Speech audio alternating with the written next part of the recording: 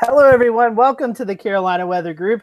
This is the Wednesday, June 27th edition of our little weather get-together. Thank you for joining us tonight. It's been definitely a stormy week throughout the Carolinas and the Southeast, and we're going to talk about that here in just a little bit. But before we do that, tonight's topic, we have the Sirens Project on with us. We have Nolan Lunsford, Brent Boothealer, and Warren Causey on from Atlanta, Georgia. This is a group of guys who is really doing a unique thing. They're storm chasing with drones. And so we're very happy to have those guys on with us tonight. They're going to kind of give us a back history of their project, what they're doing, and we'll even get to see some footage of some of their storm chases. So very happy to have Nolan and Brent and Warren on with us tonight. So if you are watching this broadcast, it is live, so you can interact with us. Do that one of many different ways. We're streaming on Facebook Live and Periscope, also on our YouTube page. And if you're listening to the podcast or watching the broadcast, maybe a couple weeks from now, we'll let our guests at the end of the show share out their social media accounts. That way, if you have any questions for them, you can direct them directly to them. So again, this is show number 238 with the Sirens Project, a group of storm chasers based out of Atlanta, Georgia. Very happy to have them on. So before we do that, it has been a very active week here in the Southeast. So I am going to toss it to first, where we actually have some severe weather going on. Jared Smith, you're in Charleston tonight. And Jared, you guys are watching a line of thunderstorms moving out of the Midlands of South Carolina towards you guys on the coastal area. We sure are, Scotty. I'm going to set this into motion. I've got my radar up. Looks like everybody's presented. All right, very good. So pretty active last few days, and we have some pretty slow-moving thunderstorms over Charleston proper right now. You can see this outflow sea breeze boundary moving north. That's going to intersect with these storms dropping in out of Augusta and the Midlands here in the central Savannah River area. Pretty soon, looks like ground zero is going to be roughly just north of Goose Creek. So could see a brief uptick in intensity here, maybe some severe thunderstorm warnings for downburst winds. Now, another thing that we're dealing with as we come closer to home, we have a nice little cell. This is a really photogenic little guy. If you take a look at the hashtag CHSWX, you're going to see a lot of great cloud pictures. Set this into motion here. This one's producing a decent bit of lightning. Looks like it's calming down a little bit now, but we've got some heavy rain right over downtown Charleston, and high tide's coming up in about 10-15 minutes. So there is the potential for some flooding in downtown Charleston. Tide's not too terribly high, but that is something that we're going to need everybody there to keep an eye on as the evening progresses. Otherwise, we've been pretty hot. We got a break yesterday, but I mean, you know, a break being 90 degrees. And so back to 94 today, and we're going to have probably another heat advisory or two tomorrow. And then the criteria for heat advisories goes up to 110, but that doesn't mean that it's still not dangerous. So it goes up to 110 on July 1st. So pretty decent heat wave going on. And when you get that and you get just a little weakness aloft, you get storms. Back to you, Scotty.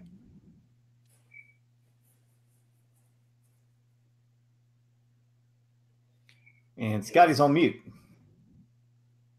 Scotty, are you new here? I am new, very new.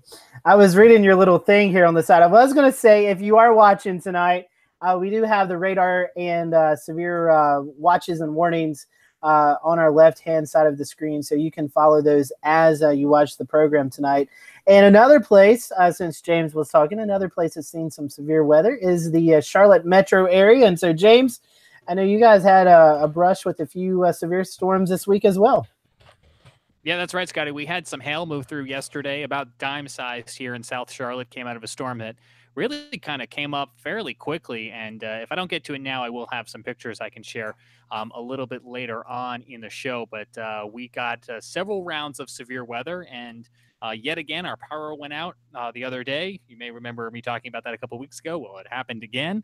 We were out for several hours here and ended up spending the night at my mother's place down the road because they had lights and air conditioning because, it starts getting a little muggy. Those thunderstorms cooled things off, Scotty, but it started getting pretty warm pretty quickly once again.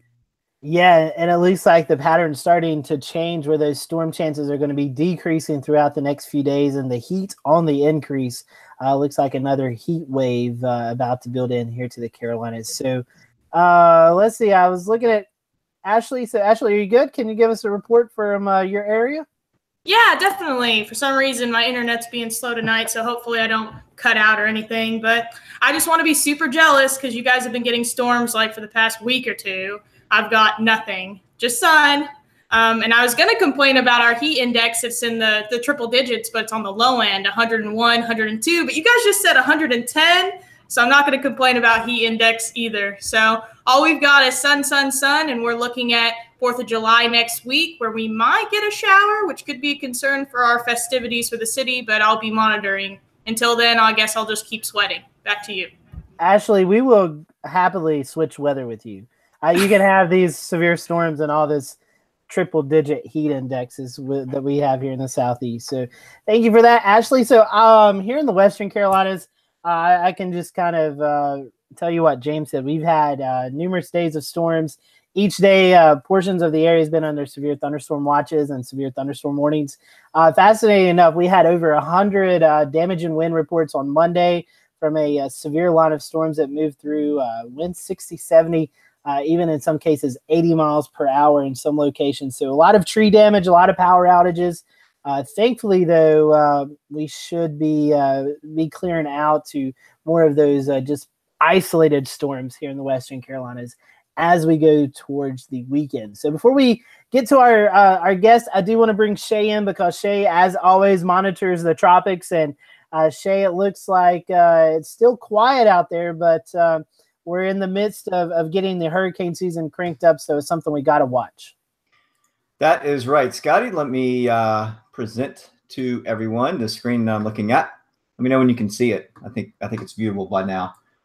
So this is the 2-day graphical tropical weather outlook from the NHC as of 7:16 p.m. Nothing to be expected in the next 48 hours. Yesterday, we had a little blip off of the North Carolina coast, a little area of low pressure that was had a very low chance of spinning up, but it did look like it could move into a more conducive environment over the next couple of days, but it doesn't look like anything now. And so I think that's going to be the trend along the coast of the United States, especially the southeast region where we have these undulating fronts that sort of drop into the region. They slowly fizzle away, but with high pressures building to the north or any kind of Atlantic high to the north, gives a little top spin to any areas of low pressure that develop. And then with our very warm waters, which I'll show you right now, this is our Datascope product. You can see how warm the waters are over here in the Atlantic. Very cool out here off of the African coast. This is called the main development region. This is equatorial Atlantic basin, where we see a lot of tropical cyclone activity originate, usually a little bit later in the summer. This area will become more active. For right now, it is cooler than normal. It's about 1.5 degrees cooler than normal. In fact, Philip Klotzbach put a tweet about this, about 1.5 degrees Celsius colder than they were at this time last year. So we are now expecting a much less active Atlantic hurricane season, especially with an El Nino watch for the equatorial Pacific. That means we have a little bit less activity over our area. But back over to the coast of the United States, immediately in the Gulf of Mexico, we see how warm these waters are, especially the shelf waters off the Carolina coast. We're at about 85 to 86 degrees of our waters, which the Gulf Stream out here is usually the warmer body, about 85, 86 degrees. We're almost even with that, especially with our heat wave we've had for the last week and a half. The Gulf of Mexico, even warmer than that. I mean, we may be looking at low 90s in the Tampa Bay area as this water is just hot.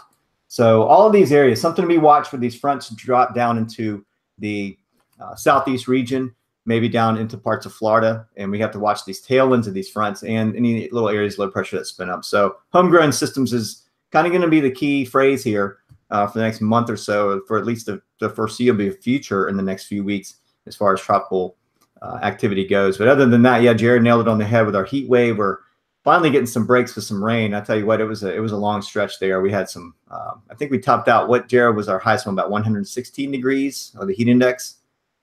Yeah, it was pretty close to there.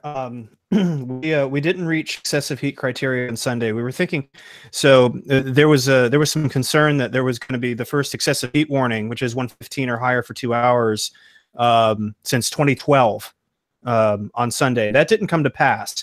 But it did surge briefly to around 114, 115 then, but fortunately not for 2 hours.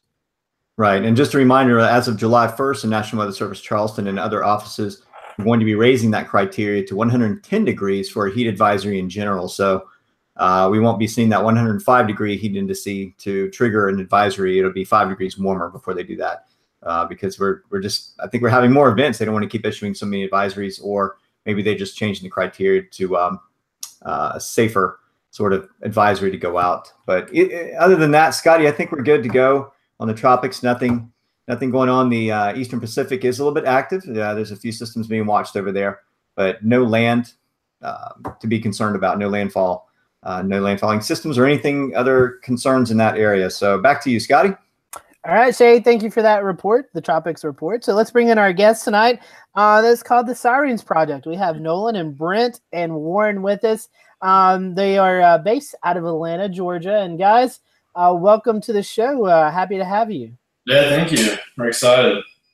We're glad to have you. So since you are a first-time guest, a lot of our viewers right now probably know this first question I'm going to ask you, but we always ask it to our guests is what really, how did you catch the weather bug?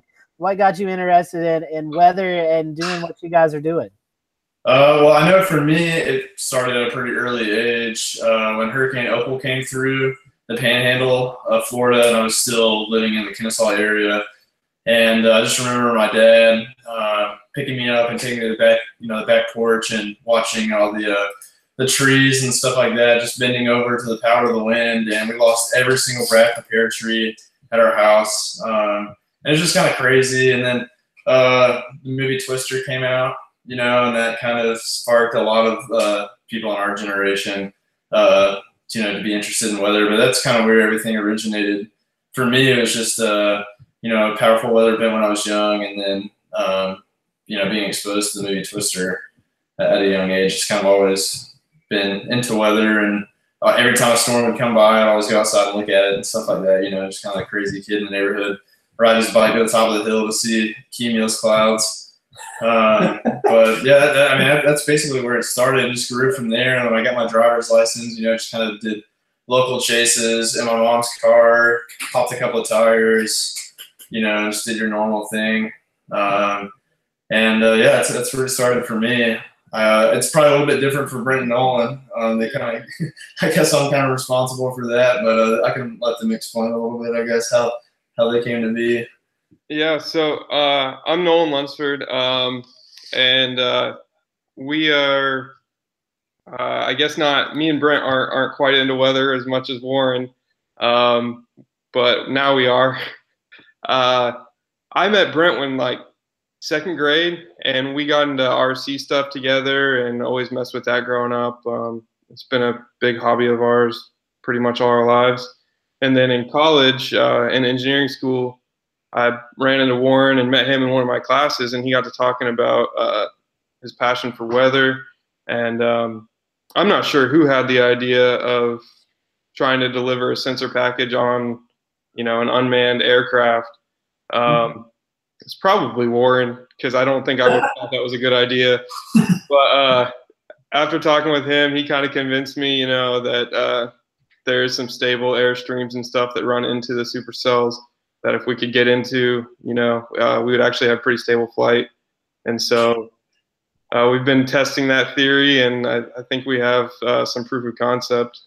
But yeah, so me and Brent really just in the past few years have started to learn more about what influences weather and more of the science behind weather, where before we were more just the drone guys. So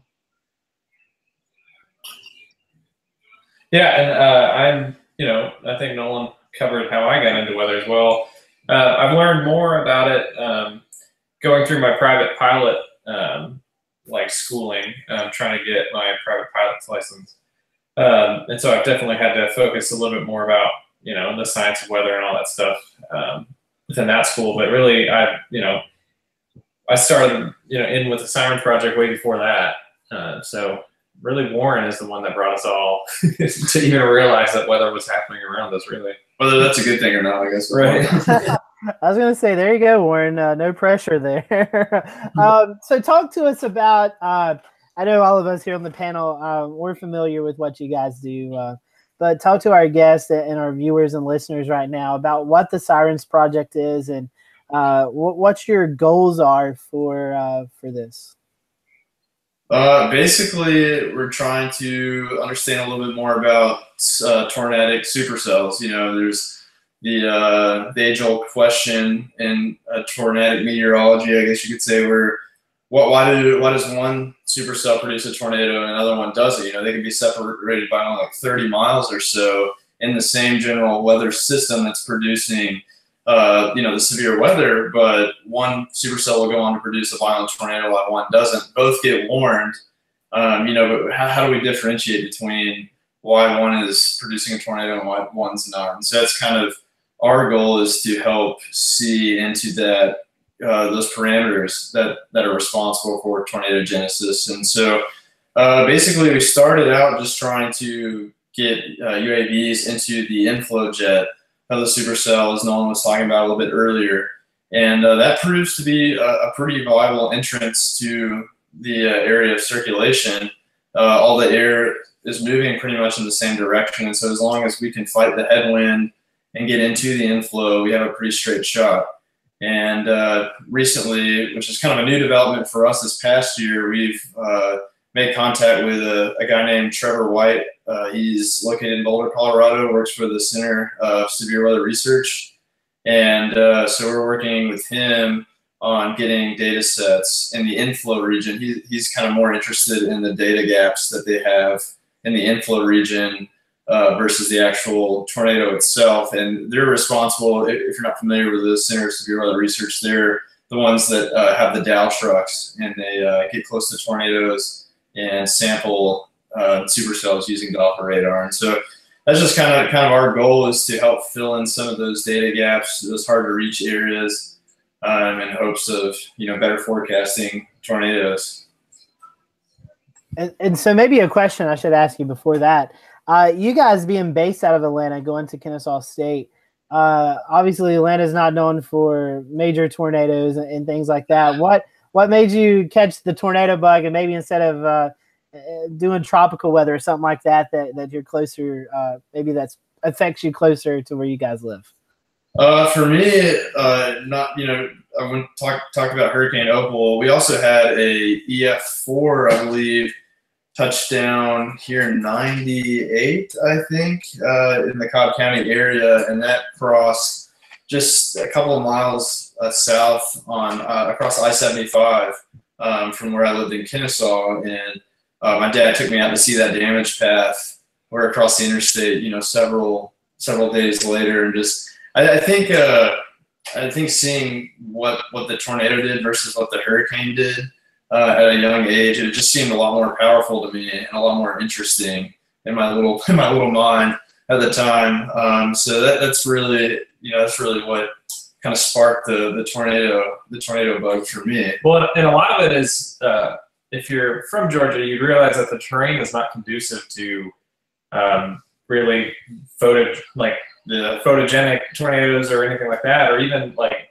from my perspective, being a pilot, like this is a miserable place to try to fly fixed wing aircraft that are doing, you know, a pretty reasonable speed, because it's all mountains and pine trees, and if you go down anywhere, you're going to be, you know, 60 feet up in a pine tree. So it was like kind of unretrievable data for us. Even if we were to measure something here, we'd probably never, you know, see the drone again. Yeah. So.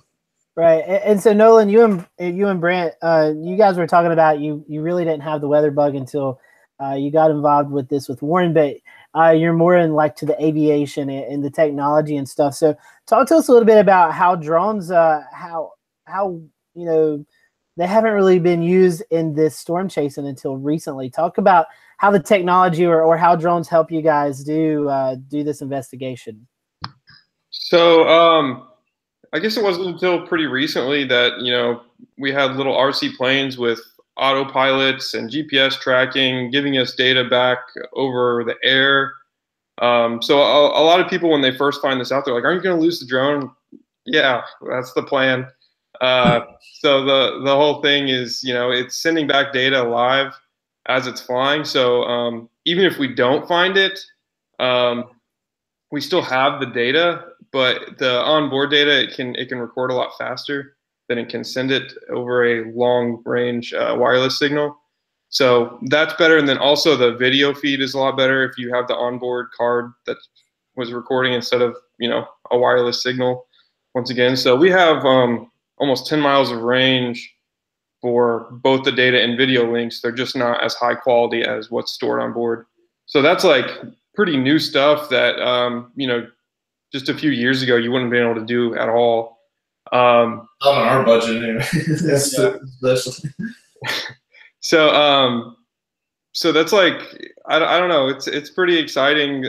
Even just since we started this, things have changed dramatically. You know, I remember we did a Kickstarter and we raised quite a bit of money to buy what was top of the line at the time. And then like 2 years later, it's kind of, there's just way better stuff out there now for even less. And it's like, man, like I can't believe how fast this develops. So we've actually even changed airframes and everything based on how much the technology has advanced. So the little plane right behind Brent's head, it's what, a 4 foot wingspan? It's like 27 inches. Probably not even 3 feet. Yeah. So yeah, that's pretty small. Where before we were flying I guess it was 5 foot. Yeah. So that's a lot smaller. It was 5 foot or 6 foot wingspan, Delta wing, which was great. It's just big and harder to get off the ground. Where that little Strix behind there will just, it's so easy. You can hand launch it, and it fits all the same technology and meets all of our needs, speed wise and stability wise. So it's been really neat to watch this stuff develop and watch how our collection has actually become easier since we've started, and everything's gotten smaller like technology does. So now I have a question. You guys were talking about, I'm gonna put this image back up here because you're talking about rear inflow jets, and for our viewers out there, rear inflow jet is it's basically where the cold air pool, there's rear inflow incoming to a storm, especially when you have a very strong front moving into an area. Tell us a little bit about what the drone is doing along this rear inflow jet. I mean, I know it's going into the storm, but then what does it do? What are you looking for? Are you looking for certain parameters before you start an ascent or a descent, or how does this work? A Warren question? Well, yeah, basically, so we find the inflow jet really based off of observation and Doppler radar indication to really be able to pinpoint where we're headed. But basically, we're just looking for barometric pressure, relative humidity, and temperature. Also, we're getting into kind of more of, and this is kind of goes along the lines with working with Trevor at CSWR, how the aircraft reacts in the inflow jet. And if we can understand the airframe in a bunch of different type of environments, we can almost use the reverse equations on that to figure out different parameters inside the storm just based on how the aircraft is behaving in the inflow. And so that's one thing that we're going to be working towards next season, is really understanding the aircraft and how it reacts, and just like on a calm day versus how it reacts during a storm. And much like the hurricane hunters do with the C-130s, they're able to gather a lot of data or infer a lot of data just based on how the aircraft is reacting. And so we're going to have to kind of work backwards on some of these parameters to really fill in the gaps, you know, in the data.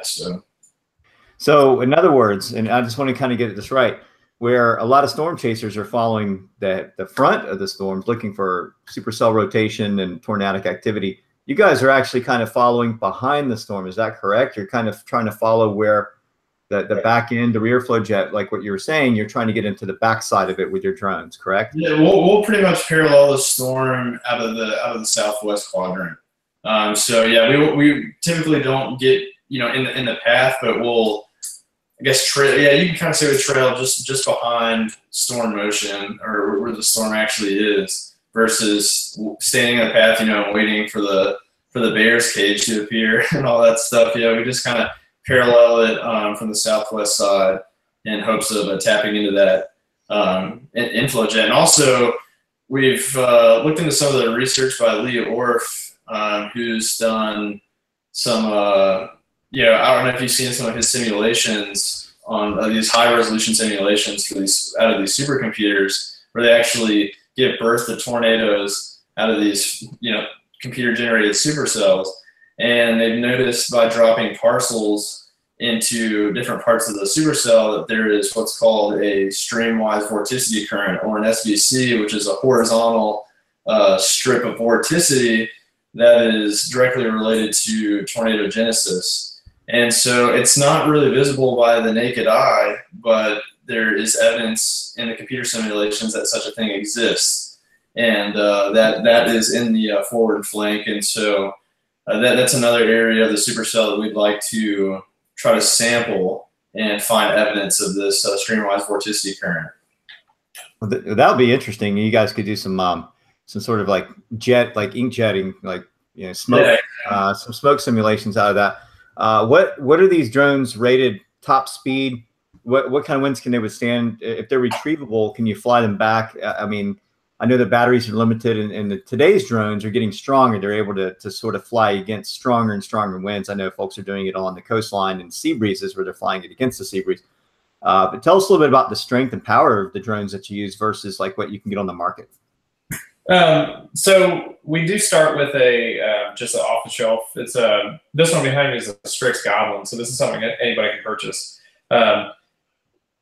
The cool thing about flying in the inflow jet, you know, everybody was talking about how these things are just going to get destroyed and they're going to get torn apart and all that stuff. But when you're flying with the pocket of air that's like that's feeding the storm, like you really don't have any crazy like crosswinds or anything that's like trying to tear it apart. Like you're kind of swimming in the river of, you know, the whole air mass that's going into the storm. So like the first time that I locked into an inflow jet with one of these things, we could tell on the video immediately because it was all of a sudden it smoothed out.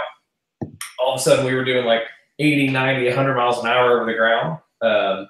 And before I had a chance to even look at like GPS data, we were 4 miles from where we took off, like within minutes. So it was pretty neat. So the Strix Goblin will cruise at like 120 miles an hour with no wind. So it's a really fast platform. It's super smooth flying. We do have, you know, stuff like all the hinges are reinforced just in case, you know, because we do have to take off into the wind. So you do have to fight some pretty strong headwinds just to get aloft. But then once you're up, you know, we're not too concerned about like all the crazy, you know, crosswinds and stuff like that. Our biggest concern is really being hit by debris, which really nothing could withstand. Yeah. So we're really not worried about, you know, RFD, rear flanking downdraft, or anything like that being in the area of the storm that we're in. But yeah, as Brent was saying, I mean, you can have this particular wing over, or I guess a plank is really what it's called, over 200 miles an hour without too much modification. I mean, you know, they're getting ballistic these days, and so this is really kind of a perfect platform for us because once we, like you're saying, once we get out of the headwind, we have the torque and the top speed to really just, I mean, punch into the inflow and ride it all the way home, basically. Yeah, and you can see they were rolling some of the video of, where was that storm? Oh, so that storm, that our first like attempt at an intercept, and you can see we actually turned around and came back. I don't know how long the video is, but Warren basically wanted us to save the wing because we were going over a lake. The only lake in Oklahoma, basically. Yeah, the only body of water that we had seen the whole trip. Of course, we're flying over it. We turned around because we wanted to save it, and I immediately lost the control surface trying to fight that headwind. So we're using 2 elevons on the wing because it's kind of a delta wing setup. And you basically, if you lose one, that's 50% of your control. I mean, well, it's technically all of your control because you need both to happen. But it's, you know, 50% of the control surface you have control over. We lost the actuator and I had no control. So I kind of just barrel rolled into the ground uncontrollably, which was the problem with fighting a headwind like that. And I don't know what it was. It could have been, 60, 70 miles an hour. Easily, yeah. But we weren't making very much progress coming back, and that's why we crashed, which is why we're hoping, like, this thing with such a little cross-section with such tiny control surfaces versus the torque of the motors that are controlling them. We're hoping that this one will be able to fight headwinds a little bit better, but also we have a lot better telemetry data to where we probably won't ever turn around again. We'll probably just kind of let the thing do its thing and, try to find it later. Do you guys find that you get any better efficiency flying the rear inflow jet? Like, you feel like you can stretch more out of your fuel, so to speak, versus flying it in any other conditions? Oh, absolutely. Yeah, you can fly pretty much powered off. Because if you're flying a little, like, I don't know, 1 pound RC plane and you're in a 70-mile-an-hour column of air going straight towards the storm, you don't have a whole lot of control. Control on any sort of fixed wing is based off of the air current moving over your control surfaces, and basically equal opposite of that to where you can push yourself around. So if you're in the column of air and you're not going faster than it, you don't have any positive pressure over the surfaces. So yeah, you can definitely just kind of glide right in. You can sort of push yourself around a little bit, but yeah, it would take us way further. Our problem wouldn't be the battery. It would definitely be the radio frequencies would be pretty diminished after hopefully about 10 miles, but once there's a bunch of debris and precipitation, it'd probably cut that in half. So after about 5 miles, we'd be seeing a whole lot of static on our screens. I've got a real quick question as well. So drone technology is kind of a big deal, especially in emergency management and other things. And when we had our tornado, we were approached by an ASU student who was kind of traveling around the plains looking for tornadoes to do debris surveys and stuff like that. So I know you guys are more interested in collecting data real time, but have you guys ever considered doing damage surveys or anything like that? We've definitely considered doing like disaster relief, to where we don't only mess with fixed wing aircraft. We also do the multi-copters. I mean, we've built octocopters, hexacopters, quadcopters. I mean, all the copters basically. Tricopters. Yeah, just all sorts of different multi-rotors, and we have an interest, with outfitting some of our bigger rigs, like our hexacopter that we have, with thermal imaging, and being able to provide smaller communities that don't have the budget for that type of search and rescue to maybe, drive to these communities, since we'll probably be out there anyways trying to research them. And if we can raise the money up front, through fundraising or whatever it may be, we can actually provide a free service to these communities that have been hit and be able to help and aid in the search and rescue. Yeah, one of the technologies that hasn't really gotten any cheaper is the forward-looking infrared systems, which is what you would see, when you watch Cops, you see people running from these helicopters and you see the white little guy run across the screen. That's a forward-looking infrared. And now they make them small enough to where you could fly it on a pretty manageable size quadcopter. So you could fly over a debris area and you could immediately see if there's any warm bodies or anything like that. If there's any fire or anything in the buildings that you can't quite see, you'd be able to pick that up really well. But you're talking, maybe $10,000 for a camera the size of a GoPro. Yeah, I forgot completely about the search and rescue aspect of that. That would be big because those kinds of missions take a lot of manpower. So I could see that really helping us out. Just looking at the video, I already got it back from ASU, and it was so cool because that damage assessment let us see the path better, and it let us see more damage than we were able to do on foot. So I really think it's probably the next direction we're going to start going, especially because it is so expensive to get helicopters to fly over damage and do all of that. So I'm really looking forward to seeing how that's going to change in our field. Yeah, absolutely. And to tee off that a little bit more, we had some correspondence with a company through our Kickstarter called Drone Deploy, and they manufacture these little sensor packages and a software suite actually that works directly with the main line of drones, DJI, Phantoms, Inspires, or any of the Mavic, the big boys. And basically, what this software suite does is you can scan an area, predetermine a flight path, underground station, and the drone will fly out and follow this flight path, taking 180 pictures or so over a large area. It's like acres and acres and acres, and so it'll use light. The camera sensor receives light back to it, and that's how you get your picture. And so the software can actually determine features, three-dimensional features and distances based off how the light is returned. And so Drone Deploy has figured out how to render 3D models based on a collage of pictures that is taken. So it's a big panorama of the ground, basically, but they've been able to figure out how to make that a 3D model. So I think that's going to be huge too, as far as damage surveys go and stuff. And you can go over a populated area and kind of scan almost like a 3D scanner, different features of damage and stuff like that. So that might unlock some mysteries. Yeah, and then one last thing to add about that. I guess they had some kind of technology as well that could actually see where the vegetation was damaged. So some kind of version on the camera, which you can scan vegetation. So there's damage you can't see with the eye. That's fascinating. I never heard of that before, but I could see how crazy and helpful that would be. Yeah, they use IR, infrared, and they also use LiDAR, laser imaging to determine, how much vegetation. Farmers use it a lot. That's kind of some of the airframes that we've used before are based on agricultural drones, and they use a lot of that technology to determine crop health based on the return of the IR frequencies and the spectrum and stuff like that. So, I think that applications for this is, limitless. But I really do think that it'll really help unlock some of these, parameters that aren't quite 100% understood. So definitely. Well, guys, we want to give you some time to talk about your website and your project.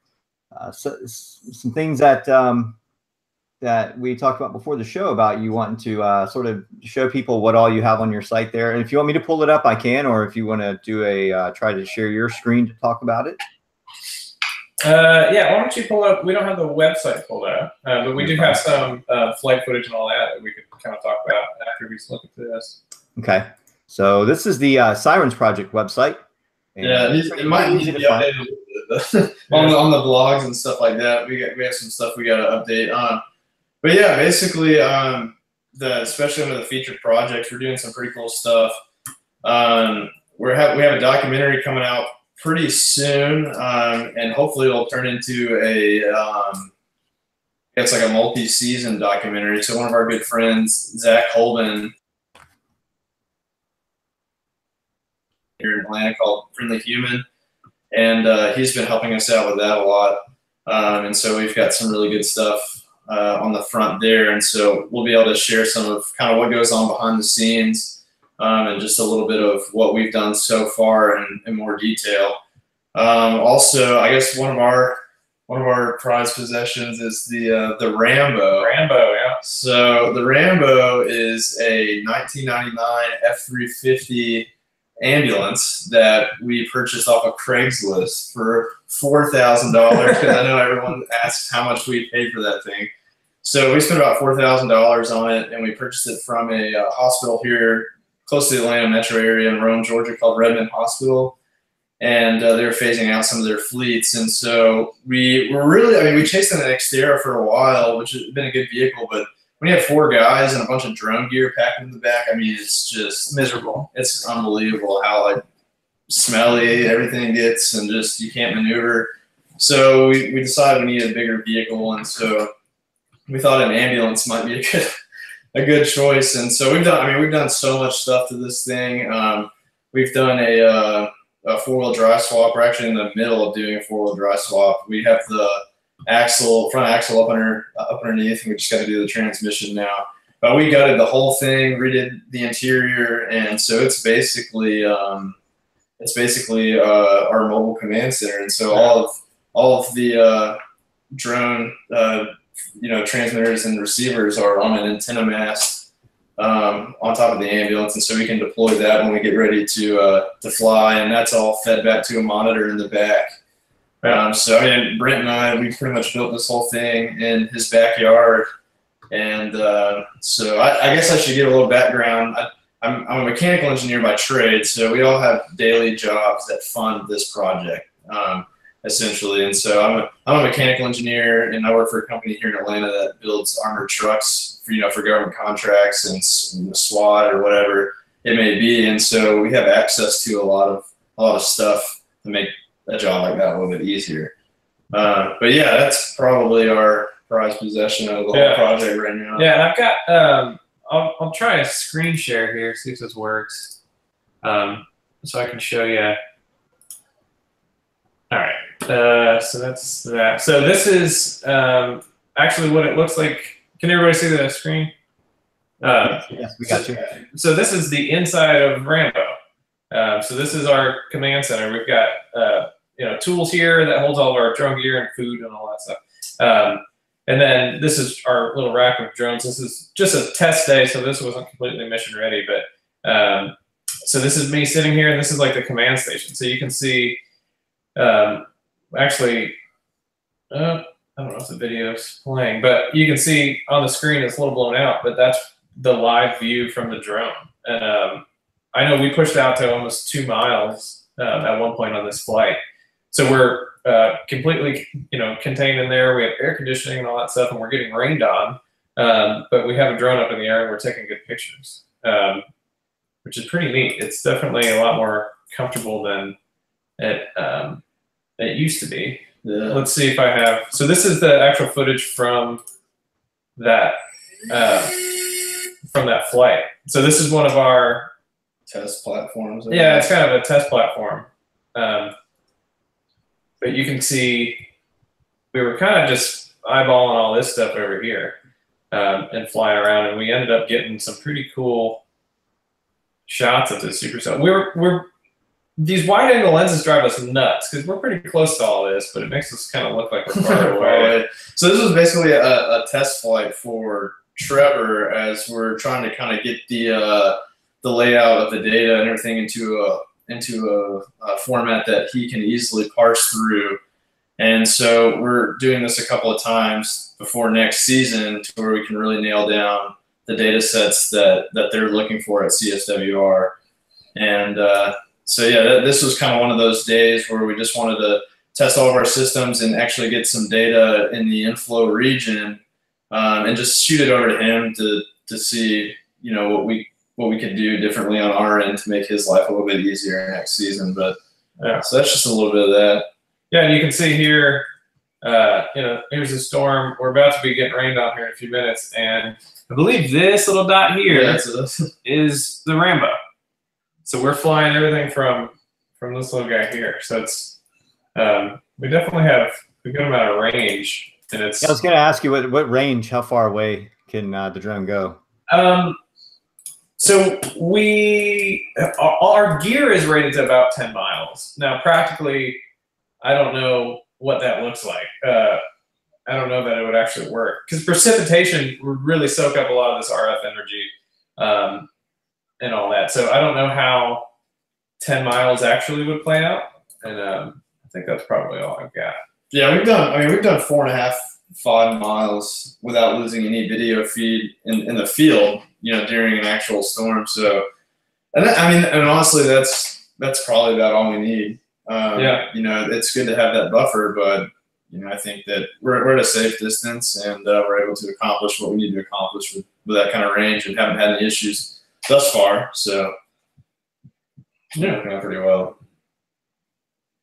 So you guys, you were talking about funding. I know you're doing a lot of fundraising. Talk to us a little bit about how you guys are going about that to fund the project. Yeah, initially we did when this whole idea kind of was born, when Warren came up with this whole plan, they were in college. I had just started a business. We were very poor, to say the least. So, yeah. I was actually living with my parents, and you guys were in little apartments or whatever you were doing. Scraping by.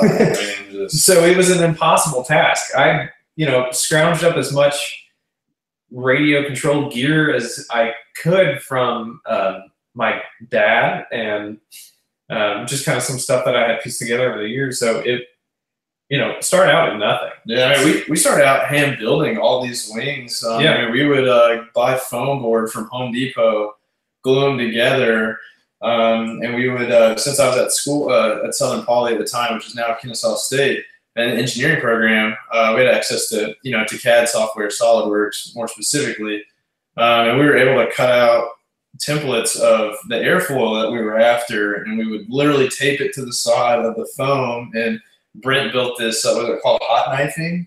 A hot wire. Or hot wire. And so it's just like a transformer and like a guitar string with a power supply. And we were able to cut out all of our, foam wings that way. And so, I mean, we did everything very grassroots, very in our basement kind of thing until we went to Kickstarter. Yeah, so then we had the idea to do Kickstarter, and that was the first inflow of cash that we had to actually buy professional gear.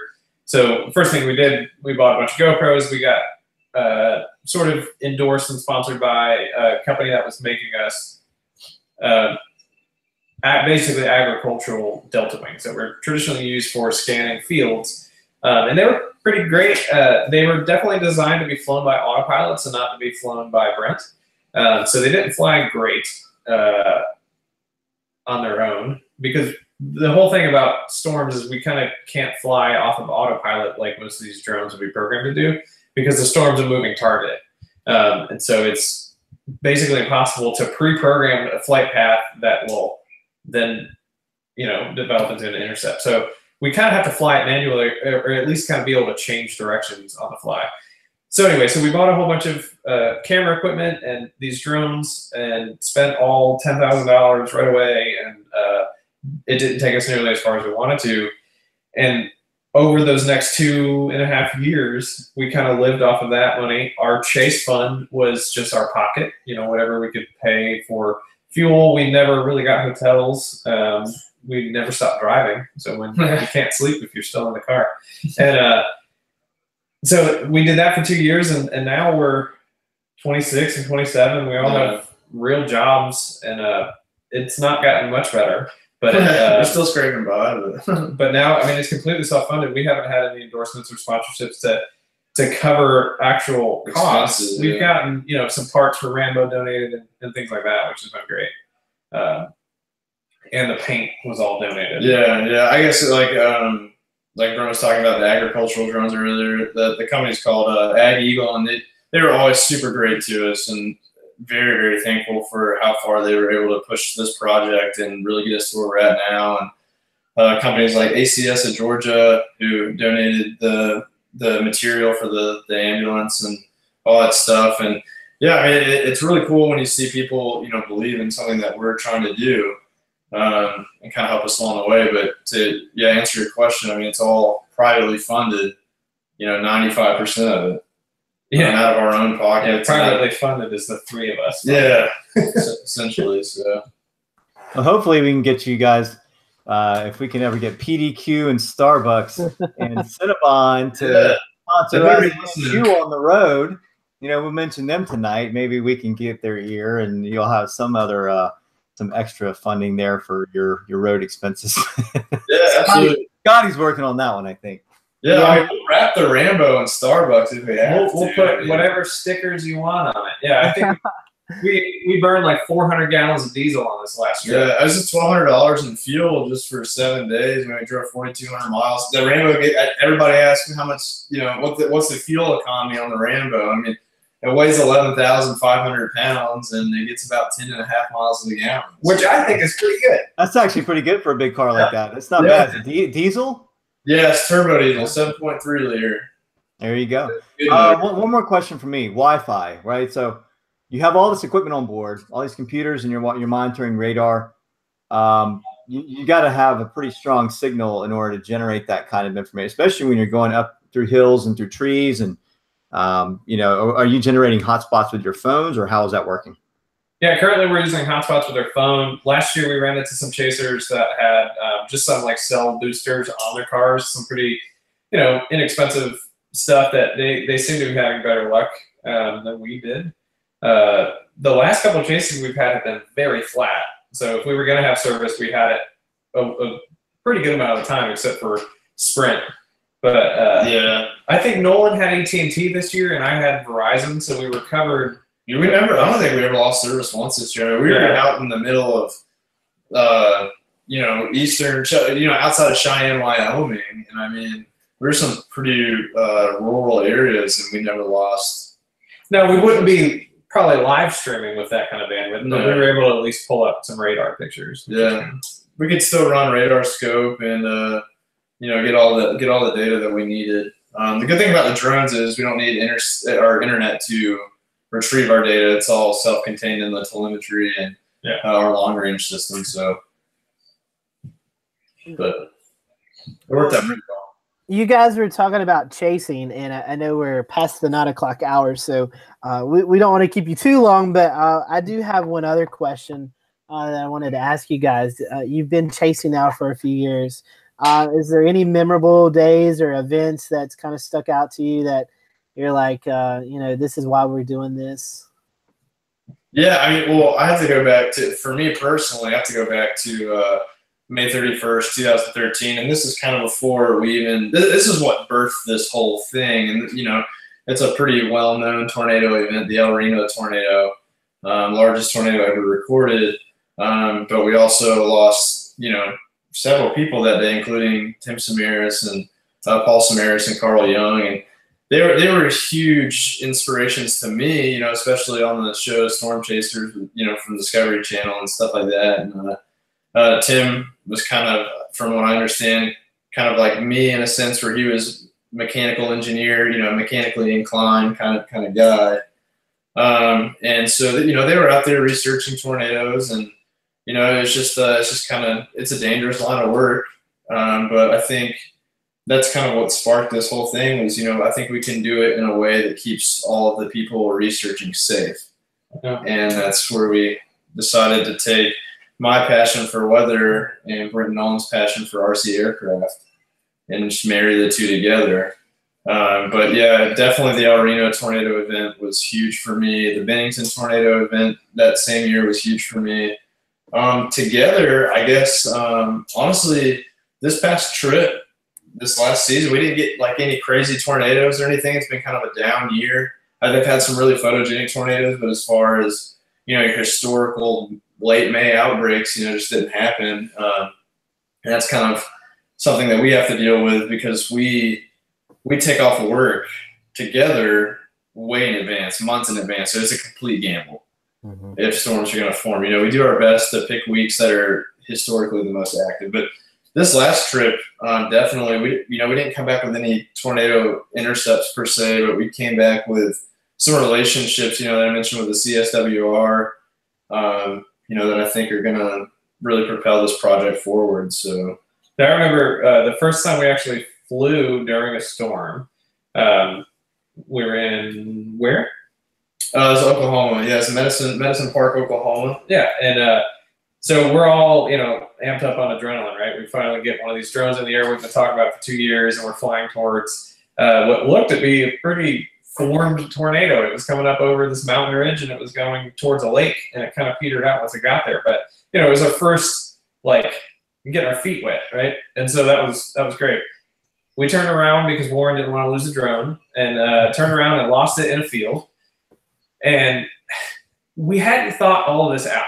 So we lost telemetry link, like our digital link to tell us where the drone was, like maybe 800 feet from the truck. So not very far. Yeah, we didn't have a GPS lock for some reason. And we were just all so hyped up that we didn't even we didn't check. We didn't do our pre-flight checks or anything like that. So we turn around. We have no idea where we are. We still have this little grainy image of the camera on our screen. So I'm trying to get back to the truck. Trying to navigate within 4 miles of just field. There's no landmarks. There's no nothing. So we're trying to get back to the truck from 4 miles away. I have no power, and we ended up putting it in a field. So right before we crashed, Nolan had a good idea to take a camera, just a normal camera that we had in the truck, and film the screen, so the image that I was seeing.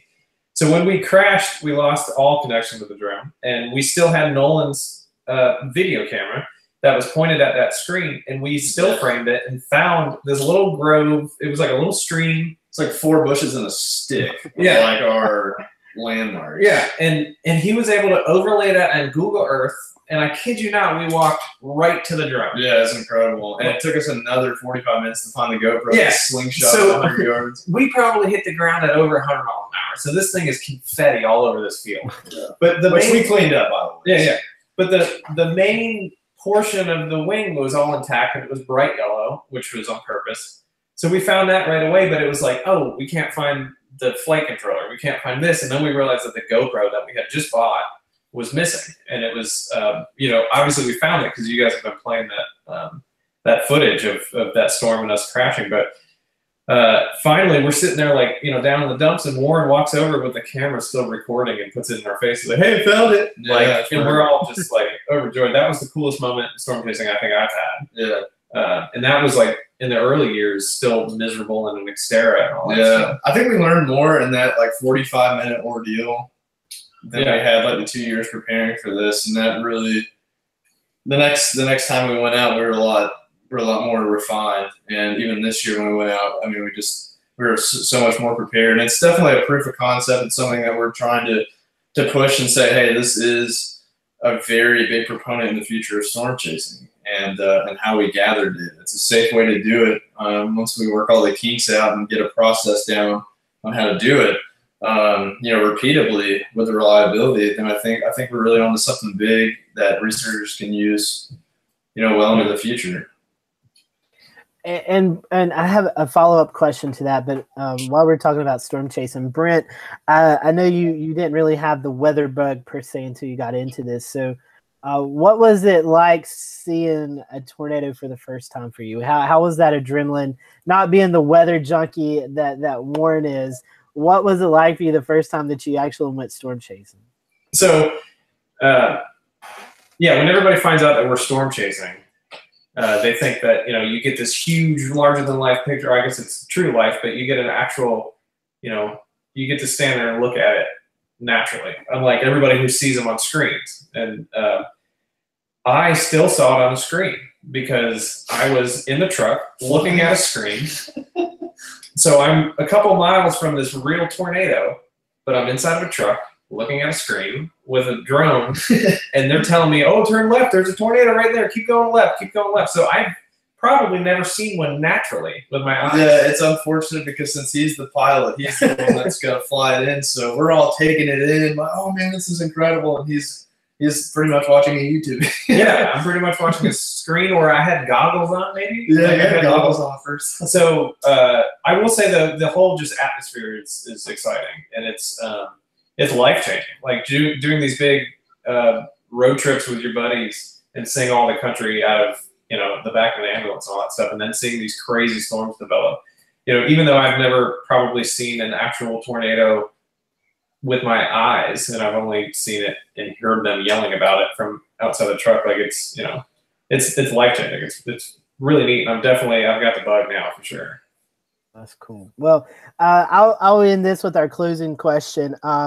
Warren, you was talking about this may be the future and trying to get more people on board. On your website, I know you guys have been featured by a TV station there in Atlanta. I think I saw the Weather Channel has caught on to it. So what has the reception been like from maybe experienced storm chasers, media outlets like the Weather Channel, things like that? What is their take on what you guys are doing? At first, I think it was kind of 50-50. We had some people that were, I guess, I don't know, maybe threatened is not the right word, but just kind of skeptical maybe of, the project and just weren't really supportive. Just it's never going to work kind of thing.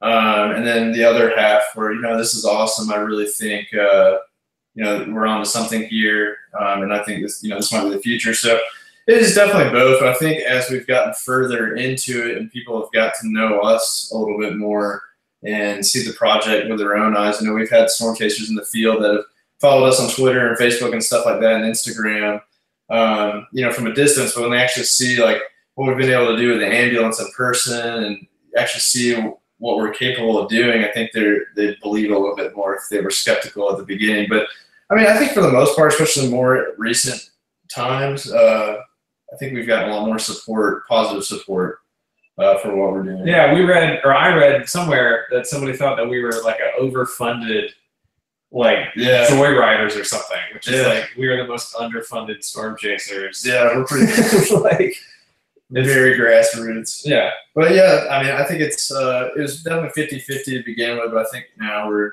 getting a little bit more positive support out of it. So, which is good. I think we all need to collaborate in the future. I mean, I think it's something that if we distance ourselves from each other or think one idea is not good and or better than somebody else's idea, or just not open to the possibility of what could be achieved, I think we only hurt ourselves. And so, as far as going further in the future of understanding how tornadoes form, I definitely think we need to be open to more creative ideas, and that goes for us too. I mean, we don't have everything figured out, obviously. So I mean, it's a learning process.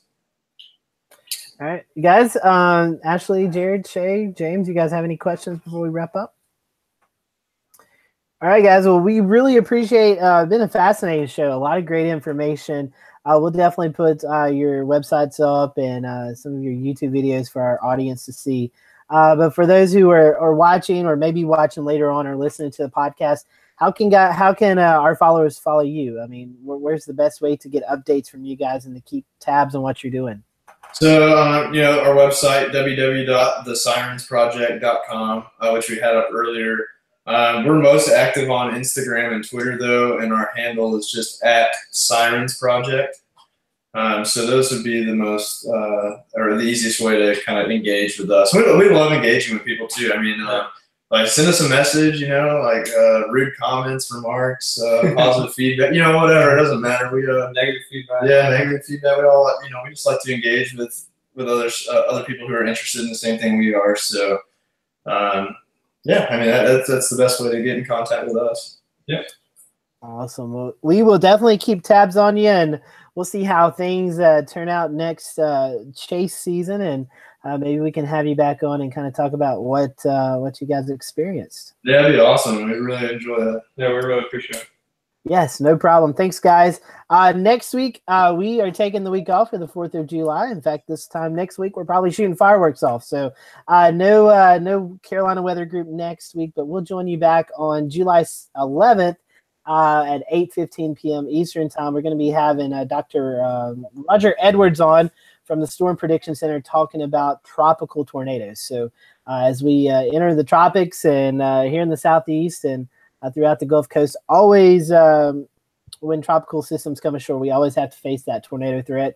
And so we're going to be talking to Mr. Edwards about that from the Storm Prediction Center. So until then, we hope you have a great rest of the week. We hope you stay cool out there and have a good and safe 4th of July. And we'll see you back here on July the 11th at 8:15 for the next show of the Carolina Weather Group. Warren, thank you. Brent, thank you for joining us.